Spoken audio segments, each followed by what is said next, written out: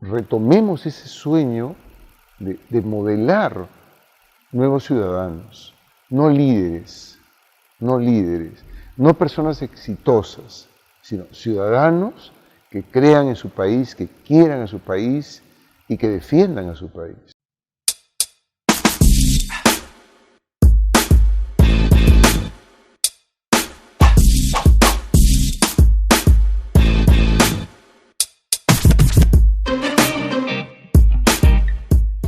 Bueno, la Constitución ampara la insurgencia. Yo soy una persona que continuamente llamo a los docentes, cada vez que tengo una reunión, a la insurgencia, ¿no? El profesor tiene que empezar a pensar con su propia cabeza, ¿no?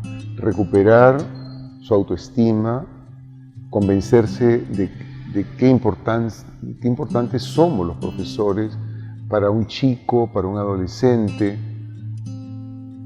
Somos la figura de reemplazo de la figura del hogar. Para empezar, necesitamos ser mirados y admirados. Que el alumno se siente identificado con un profesor vital, actualizado, lleno de energía y convencido de que es posible cambiar las cosas. Esa imagen, yo sueño con esa imagen de profesor. Yo sé que sueño con la utopía, pero hay que ir pellizcándole a la utopía porque algo quedará entre nuestros dedos, ¿no? Es peor renunciar a la utopía.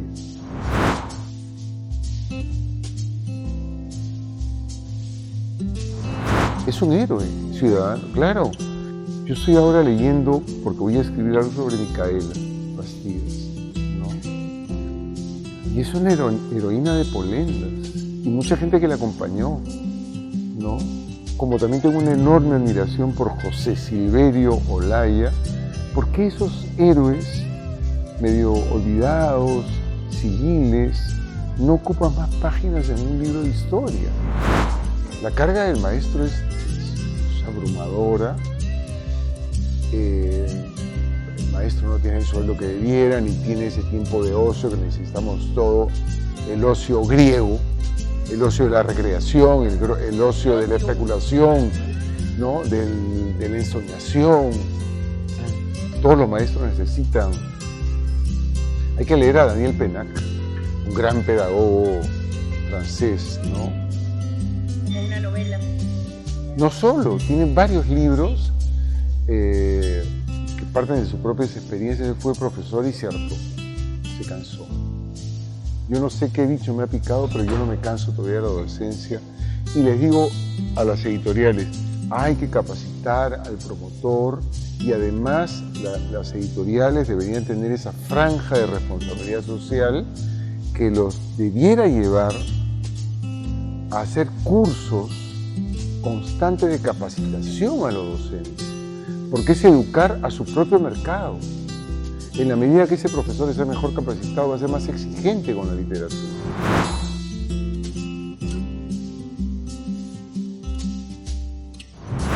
Mira, cuando se habla de lectura y el plan lector, que se ha convertido muchas veces en una asignatura, y como asignatura ha terminado reemplazando al curso de literatura, yo sigo defendiendo la literatura como una entidad autónoma y la lectura transversal, ¿no? Es importante leer literatura y es importante leer literatura clásica. Está muy bien que se lea literatura infantil, juvenil, contemporánea, pero esos escritores notables de hoy existen porque responden a una tradición y hay que rastrear en los Michael Ende, en los Carlo Collodi, en los Gianni Rodari, ¿no? Porque son grandes maestros y que bien escriben. Hay un concepto que es inasible, que es la literariedad, ¿no? Que es esta categoría que dota de estética, ¿no? A la vez de una transmisión histórica, social a la literatura, y yo creo que es irrenunciable de la literatura ese componente, ¿no? Sí, la literatura es un trabajo de lenguaje. Esa es la patria o la capital de la literatura.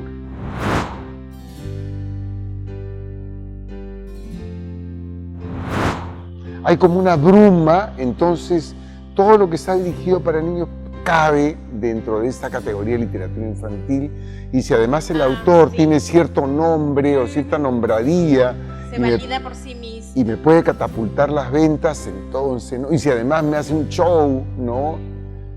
Si canta, baila y hace acrobacias contorsionista. Presenta el libro como un espectáculo. Claro, porque se ha espectacularizado también el Sí, claro. Pero la academia es la que regula el mundo cultural. Y la academia son una suma de instituciones.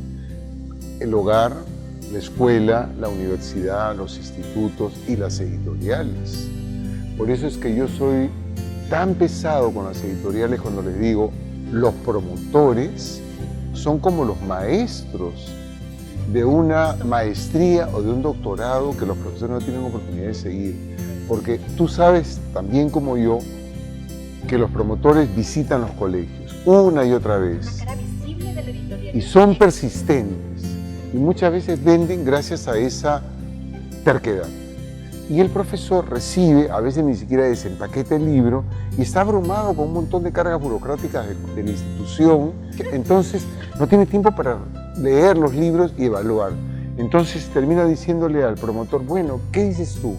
¿Qué libro me recomiendas? ¿Pero qué libro me recomiendas? Tal. Entonces, a ojo cerrado, ya, ese libro lo pide.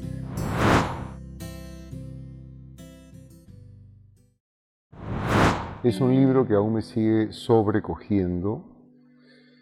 El libro no, la experiencia que tuve para escribir el libro, porque el resultado, uno da lo mejor de sí, por lo menos yo trabajo con la mayor honestidad posible, pero no conozco los alcances del resultado, pero sí la experiencia, que fue muy dolorosa y traumática, me sigue sacudiendo.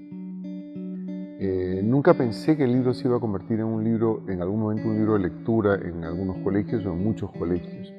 Cuando vino la propuesta de la editorial de publicarlo, fui el primer sorprendido. Y ha tenido impacto en los jóvenes, en los adolescentes. Y me encanta, desde luego lo agradezco, me encanta que le atribuyas ese papel de punto de ruptura en un momento de la historia, al menos de Lima, y creo que del Perú, porque son no solo hijos de migrantes, sino hijos de la violencia, ¿no? Casi todos esos chicos que estaban entre los 14 y 23, 24 años provenían de familias desestructuradas que venían de las zonas de emergencia, huyendo de la violencia que vivía el país, ¿no? Y tras cuernos palos, porque vienen a una ciudad de Lima muy hostil, más violenta que ellos mismos, ¿no? Que no concede ningún tipo de facilidad, un país que estaba desmoronándose y una ciudad que estaba literalmente en ruinas. Uno recorría con mucho coraje Lima en esa época porque era un terreno minado, era de mucho riesgo caminar en Lima, y la impresión que uno se llevaba es de haber atravesado el infierno, porque Lima era insalvable o parecía insalvable en esos años. Entonces estaba como estremecido por esta violencia que vivía Lima. Y yo creo de alguna manera, no lo he dicho antes y no lo había pensado sino hasta ahora, que Navajas es la oportunidad de vengarme de todo eso, ¿no? Para un chico sanmarquino que probablemente en algún momento soñó enamorado con el ejemplo de Javier Heró, dar ese paso que lo dieron algunos compañeros míos, ¿no? Bueno, dejémonos de tantos libros y de tantas conjeturas y demos el paso, ¿no? Había un poco de ensoñación, ¿no? Delirante. Un romanticismo, desde luego, porque era desesperante la situación del país. Yo me emociono mucho cuando veo películas y ahora hay una pródiga producción de películas sobre ese periodo, ¿no? Lo miro y digo, no es posible que haya vivido todo esto, ¿no? ¿Cómo pude soportar esto? ¿No? Cada película, y la soporto estoicamente en mi butaca, y salgo y rompo en llanto. Porque es una cosa